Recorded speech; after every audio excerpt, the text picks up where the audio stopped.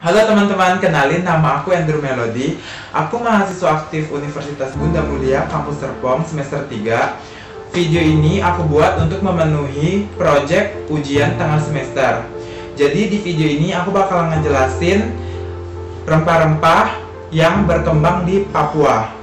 Tonton videonya ya.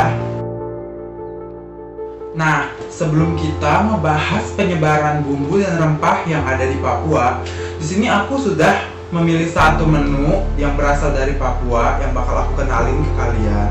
Menunya apa? Di sini aku ada ikan bakar Manokwari.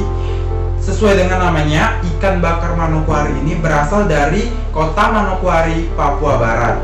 Jadi, ikan bakar Manokwari ini cukup terkenal, cukup populer di Manokwari, walaupun nggak sepopuler papeda kuah kuning, tapi makanan ini cukup mudah ditemukan di daerah Manokwari, misalnya seperti di warteg atau di destinasi wisata kuliner yang ada di Manokwari.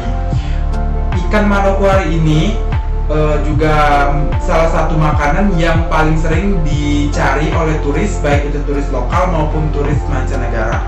Jadi ikan Manokwari ini sama seperti ikan bakar pada umumnya, hanya saja yang membedakan itu sambal khas Papua yang dipakai untuk makan ikan ini.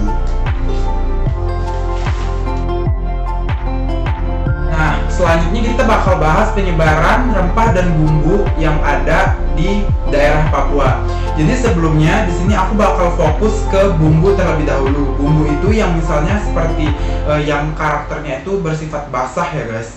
Jadi bumbu itu seperti kunyit, jahe, lengkuas dan lain-lain itu sebenarnya tersebar di seluruh wilayah yang ada di Indonesia, termasuklah di Papua.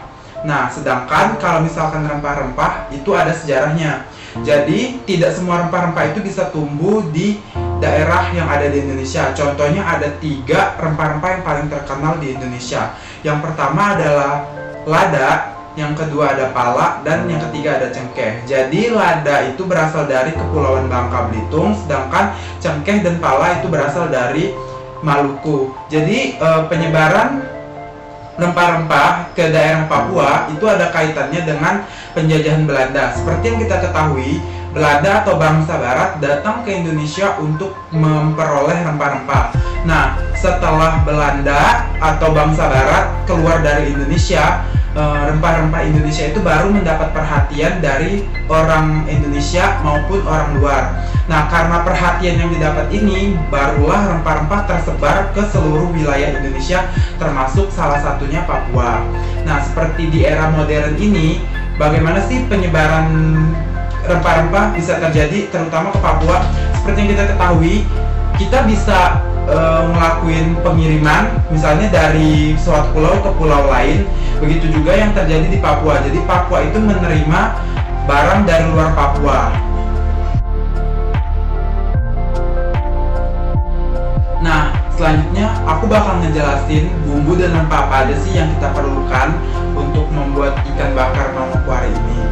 Jadi aku bakal fokus ke ikannya terlebih dahulu. Ikannya itu sebenarnya sama aja kayak ikan bakar pada umumnya.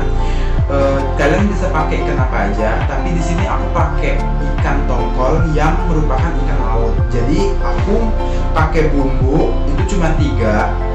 Jadi yang pertama garam, yang kedua lada. Lada itu yang halus, warnanya kuning cenderung ke abu-abuan. Terus aromanya itu kalau kita hirup bakal tubuh kita tuh bakal bereaksi, bakal bersin. Terus yang ketiga itu pakai air jeruk atau air apa aja yang rasanya asam, boleh juga air cuka, boleh juga jeruk kunci, boleh juga lemon. Nah, kalau misalkan kalian pakai ikan lain selain ikan laut, aku rekomendasiin kalian masaknya itu pakai serai atau jahe atau lengkuas. Jadi pilih salah satu aja. Serai itu yang bentuknya itu panjang kayak gini, yang bagian bawahnya itu putih, terus yang bagian ujung kesininya itu hijau. Biasanya yang dipakai itu yang bagian yang masih berwarna putih dan digeprek sebelum dimasak supaya mengeluarkan aroma harum. Nah, selanjutnya itu ada lengkuas. Lengkuas itu biasanya identik ada tunasnya. Jadi warnanya itu seperti jahe merah, tapi kalau jahe merah itu aromanya tuh cenderung pedas. Kalau lengkuas itu aromanya cenderung harum segar. Nah, selanjutnya jahe. Jahe itu yang warna dagingnya sedikit putih ke kuning-kuningan dan mempunyai aroma cenderung pedas. Nah, jadi kalau misalkan kalian pakai ikan sungai, kalian boleh pilih salah satu aja mau pakai yang mana, supaya fungsi dari bumbu ini untuk mengurangi bau amis yang ada pada ikan sungai. Nah, beralih dari ikan, kita lanjut ke sambalnya. Jadi sambalnya itu punya 4 bahan utama. Yang pertama ada bawang merah. Bawang merah itu yang warnanya ungu, tapi namanya bawang merah ya. Nah, terus yang kedua itu cabai rawit merah. Cabai rawit merah itu yang bentuknya lebih besar. Ada cabai rawit hijau. Itu cabai rawit hijau itu yang bentuknya lebih kecil dan warnanya hijau. Terus cabai merah ini biasanya tekstur permukaan cabainya tuh nggak rata. Nah, bahan ketiga itu ada garam, bahan keempat ada gula.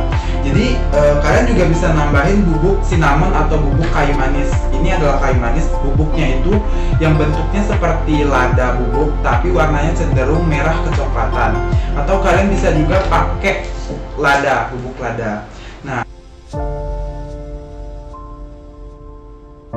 Nah, selanjutnya aku bakal ngebahas tentang pewarna yang dipakai di makanan ini. Jadi kalau kalian lihat ini warnanya tuh full color banget. Jadi warnanya itu bisa dibilang warna merahnya itu cerah banget. Apalagi kalau misalnya makannya pakai nasi ya, kita kasih nasi itu kelihatan full color banget.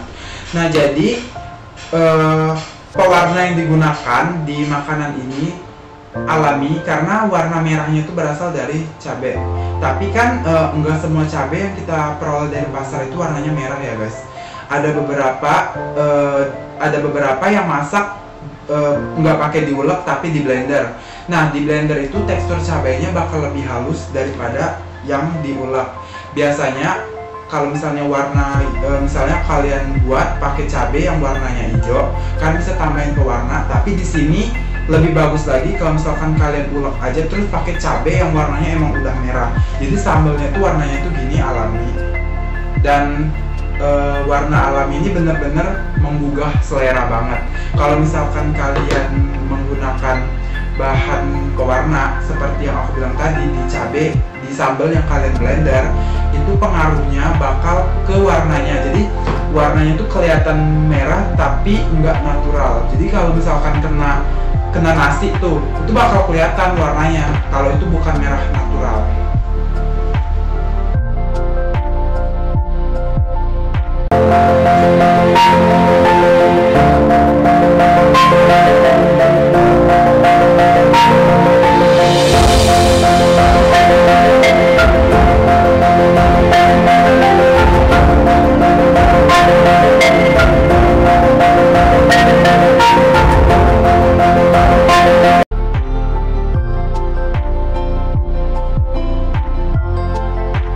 Itu tadi bahasan kita ya guys. Jadi di sini aku ada pesan dan kesan juga. Sebenarnya Indonesia itu kaya banget akan rempah-rempah dan bumbu, dan itu terkenal banget bukan hanya di kita sebagai orang Indonesia, tapi orang luar dunia pun mengenal Indonesia sebagai negara yang kaya akan rempah-rempah. Nah, selain itu Indonesia itu juga kaya akan makanan. Makanan Indonesia itu benar-benar beragam banget dari Sabang sampai Merauke. Itu benar-benar beragam banget, dan kalian tahu sendiri rempah-rempah yang kita pakai itu rempah-rempah yang cukup terkenal di mata dunia. Nah, sayangnya menurut aku kita sebagai anak muda banyak yang lebih tertarik dengan masakan western. Memang kalau kita lihat ke belakang, makanan western itu tidak hanya terkenal, tidak hanya mendominasi di Indonesia, tapi juga di seluruh dunia. Tapi bedanya makanan western di Indonesia itu lebih diminati karena banyak anak muda khususnya kita yang beranggapan kalau masakan Nusantara itu terkesan kuno. Jadi kita nih mau gaul, kita harus makan makanan western. Sebenarnya itu nggak benar. Jadi menurut aku kita tuh harus bersyukur banget tinggal di Indonesia, karena Indonesia tuh bener-bener kaya akan rempah-rempah, kaya akan budaya, kaya juga akan makanan Nusantaranya, dan rasanya juga nggak kalah enak, termasuk ikan bakar Manokwari ini. Mungkin banyak dari kalian yang belum kenal sama ikan ini, tapi rasanya benar-benar patut kalian coba banget. Nah guys, itu tadi penjelasan aku seputar rempah-rempah yang ada di Papua. Jadi terima kasih buat kalian yang udah mau nonton videonya. Please klik tombol like-nya kalau kalian ngerasa informasi yang aku bagikan ke kalian ini bermanfaat. Terima kasih, bye-bye.